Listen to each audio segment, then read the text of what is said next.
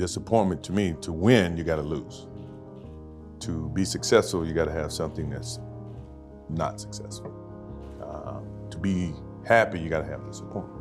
Missed shots, crushing defeats, devastating losses. For most people, failure is the end of the road. But for Michael Jordan, failure was the key to unprecedented success. Discover the 4 powerful lessons from the NBA's greatest player that will teach you how to turn your biggest setbacks into your greatest triumphs. Let's get started. I read in your book that attitude, that competitive drive came from being in a family where you felt you had to prove to your parents that you could succeed because of all the kids in your family. Sure. You were the one who was least likely to succeed? I felt that because I wasn't really a work-conscious type of person, but I was a player. I loved to play sports. And in their wildest dreams, they never thought that I would be a professional athlete. Did you? For Michael Jordan, failure was never the end of the story. It was just the beginning. Time and time again, MJ used perceived failures or doubts about his abilities as fuel to push himself to unprecedented heights. Perhaps the most iconic example of this was when Jordan was cut from his high school varsity basketball team. In high school, the first time you went out for the team, you did not make the basketball team. I was cut. Cut why? I wasn't that good. I was about 5'10", and I really couldn't make a layup and chew gum at the same time. But I thought I should have been on the team, though. Yeah. So that was your freshman year. That was my What happened your sophomore year? Well, I barely made the team. I didn't start to play until middleway of the season, and the same guy who cut me became my head coach. Now he works at my camp, and I give him the dirty jobs. Instead of wallowing in self-pity, Jordan used that perceived failure as motivation to prove his doubters wrong. He channeled his frustration into an obsessive drive to improve every aspect of his game. The next year, he came back and dominated, earning a spot on the varsity squad and going on to become a high school sensation. This mindset continued to serve Jordan well throughout his career. Time and time again, pundits and critics would question his abilities, and every time, Jordan would respond by elevating his game to unprecedented levels, silencing his critics and proving that he was destined for greatness. Let's look at him confirming the same. And then there's Leroy Smith. Now you gotta think that's a myth. Leroy Smith was a guy, when I got cut, he made the team on the varsity team, and he's here tonight. He's still the same 6'7" guy. He's not any bigger. His game is about the same. But he started the whole process with me because when he made the team and I didn't, I wanted to prove not just to Leroy Smith, not just to myself, but to the coach who actually picked Leroy over me. I wanted to make sure you understood you made a mistake, dude.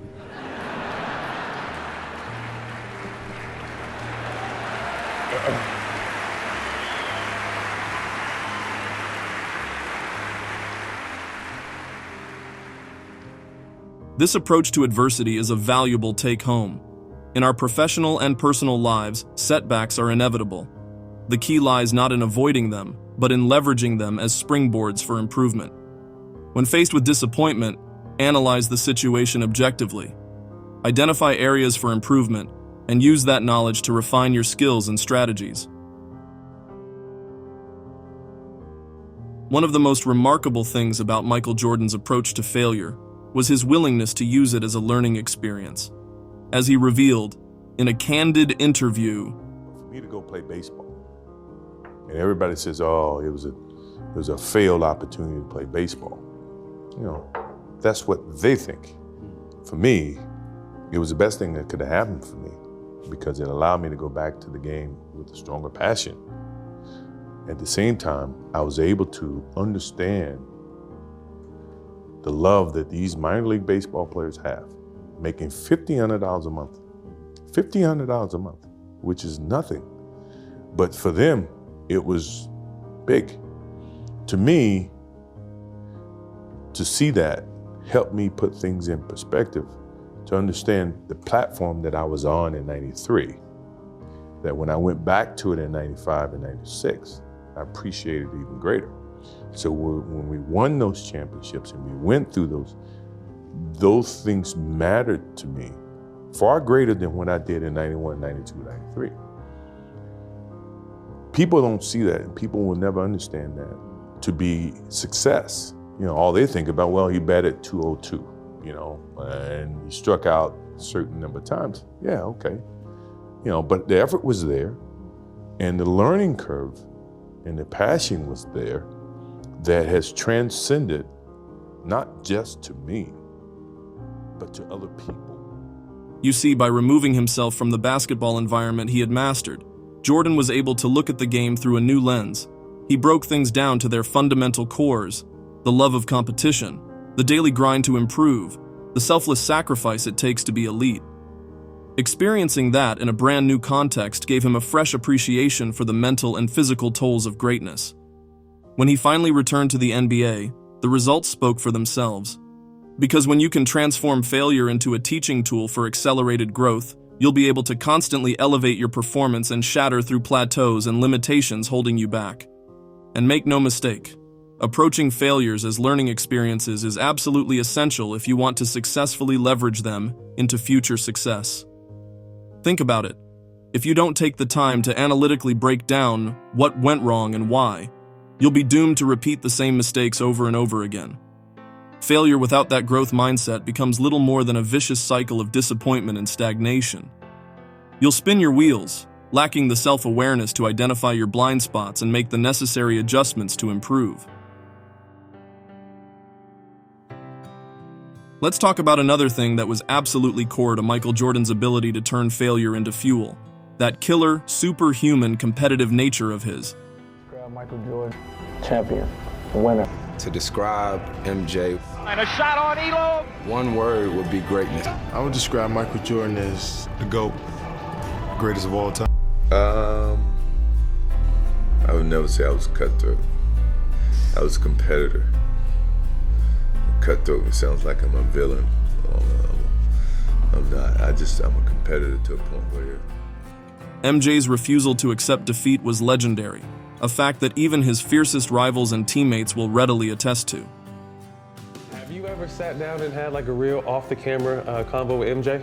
Oh yeah. What is that like? Looking in the mirror? No, it's fun. I mean, it's fun. No, we're really different. It's crazy. Like he'll compete to you with anything. To you, y'all different. Yeah, I mean, I guess. I mean, like he'll compete with any and everything. I won't. I only compete with things that I really am good at. Like I'm not just gonna compete on something you don't know yet. For Jordan, competition wasn't just something he did on the basketball court. It was the fuel that powered his entire existence. As he said himself, Jordan thrived on challenges. Every failure, every setback was just another opportunity to prove his competitive superiority. It may seem a little toxic, but think about it. What separates the greatest champions from the merely good? It's that inability to be satisfied, that hungry, ravenous drive to compete and conquer every single challenge put in front of them. Jordan had that beast mode mindset locked in 24/7. That's why no failure, no setback, no adversity could ever keep Jordan down for long. When you have that level of competitiveness ingrained in your DNA, failure goes from being something to be feared and avoided at all costs to just another challenge that needs conquering. You don't get deterred or feel shame when you fall short. You get obsessed with figuring out how to do better next time. From his famous saying, I've missed more than 9,000 shots in my career. I've lost almost 300 games. 26 times I've been trusted to take the game-winning shot and missed. I've failed over and over and over again in my life. And that is why I succeed. This is just a glimpse into how badly Michael Jordan craved winning and success. His obsession went far beyond just wanting to be victorious. Let me explain. For MJ, the pursuit of winning was like an insatiable hunger that could never be fully satisfied. One championship wasn't enough, because then he'd immediately be craving the next one. Lose a single game or playoff series? That nagging emptiness would consume him until he got the winner's high again. I think he got my message. I'd do anything to win. If that means we play team format, we win. If that means I have to do whatever I have to do, we're gonna win, no matter how you look at it. And then you had all your media naysayers. Oh, scoring champion can't win an NBA title. Or, You're not as good as Magic Johnson. You're not as good as Larry Bird. You're good, but you're not as good as those guys. You know, I had to listen to all this, and that put so much wood on that fire that it kept me each and every day trying to get better as a basketball player. Now, I'm not saying they were wrong. I may have looked at them from a different perspective, you know, but at the same time, as a basketball player, I'm trying to become the best that I can, you know, and for someone like me who achieved a lot in over the time of my career, you look for any kind of messages that people may say or do to get you motivated to play the game of basketball at the highest level, because that is when I feel like I excel at my best. See, Jordan operated from this mindset that second place was the first loser. There was no ambiguity. Either you were the best and proved it definitively, or you were just another challenger failing to usurp the king. That mentality drove him to find new levels whenever complacency started creeping in. Once you can tap into that same obsessive desire to keep finding new ways to win and silence your critics, then failure stops being intimidating. It becomes exciting, because it represents the next challenge to conquer on your path to sustained excellence. Failure was the catalyst for Michael Jordan's greatness. His competitive fire, unshakable resilience, and obsessive pursuit of excellence allowed him to transform every setback into success. Now you have the secrets to leveraging failure, like MJ. The choice is yours. Let obstacles define you or refine you into something unstoppable. Smash that like button, subscribe for more invaluable mindset content, and hit that bell to get notified of new video. Thanks for watching.